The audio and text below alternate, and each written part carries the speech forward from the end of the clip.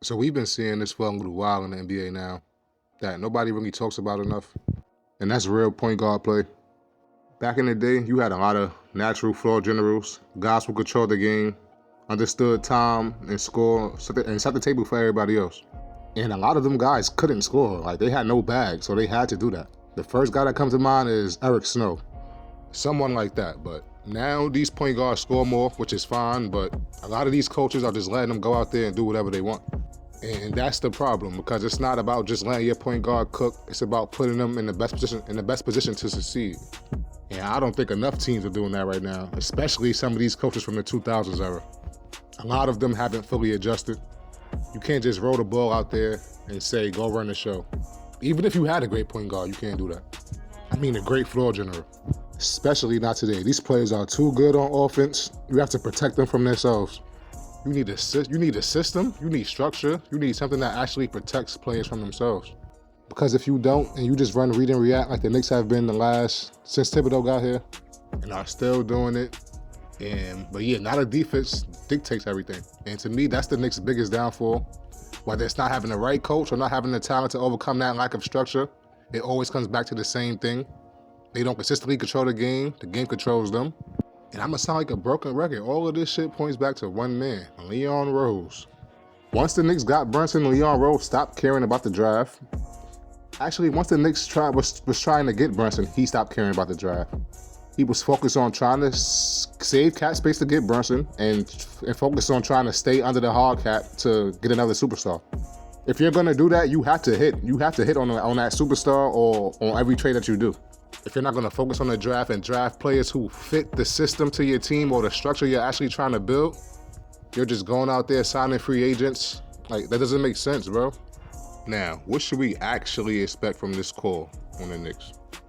Because right now it feels like everybody is judging this team based on what the ideal version of the Knicks would be instead of what this team actually is. And I've been done that myself since Tiz was here. Or I'd have been driving myself crazy like the rest of y'all is, because they can't meet people's made-up expectations.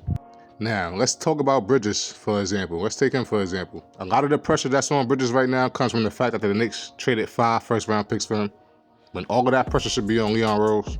Now, of course, we can get mad at him when he's playing like shit, and of course, we're going to think about them 5 first-round picks every time he plays like shit.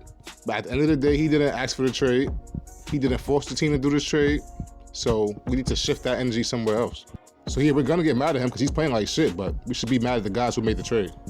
When you get traded for that kind of price, the expectation automatically becomes that you're the missing piece. No questions, no debates. You're supposed to be the guy that pushes the team over the top. But that decision was made by Leon Rose. And while that doesn't excuse Bridges when he has bad games, yeah, like I said, we have to be realistic about what he actually is as a player. The Brooklyn version of Bridges, the one that was putting up 26 points a game, that version of him is long gone.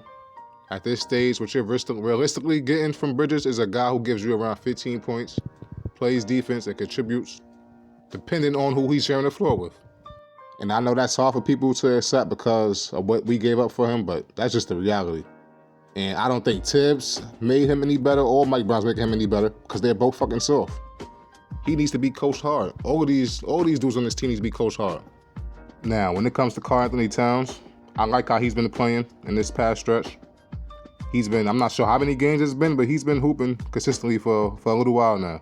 He's scoring, he's been rebounding all year. He's shooting efficiently.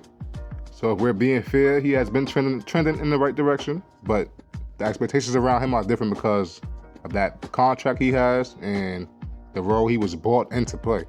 Yeah, when Cat was brought here, the idea was that he would be part of a 1-1A combination with Brunson, a true co-star. He's getting paid like it, but the problem is Cat isn't that level of player, consistently especially. Is he at the level of Nikola Jokic? Nah. Joel Embiid when he's healthy, Giannis when he's healthy? No. And that's the hard truth I had to face. Because personally, that's the level I would want from Cat because he's getting paid like those guys, so. But he's not those guys. And that's where the expectations start to clash with reality. So a lot of the criticism Cat gets comes from the gap between what people want him to be and what he actually is. Then when you add that he's mentally not the toughest guy, he doesn't demand the basketball, he doesn't bring another skill like being a vocal leader, he doesn't bring that kind of skill to the team. and you getting paid that much money, that shit hurts, but it is what it is. Now, the real issue, because when you zoom out, this entire conversation still comes back to one person, Leon Rose. He had 5 first-round picks, and with that kind of package, you're supposed to land a true elite player, or at the very least, a perennial all-star level piece that clearly elevates the team. Like, who are you trading him to be? Like, you're supposed to trade 5 picks for a player. You're supposed to know he's better than OG Anunoby. Like, you don't trade 5 picks for a player who's not better than your third or fourth best player. Like, what the fuck are we doing? That trade never made sense to me, and it never will. Maybe unless they win a chip. Yeah, if they win the chip, I'll shut the fuck up. But until then, that's the stupidest trade, one of the dumbest trades ever. But yeah, it just feels like the Knicks are so close, but so far at the same time.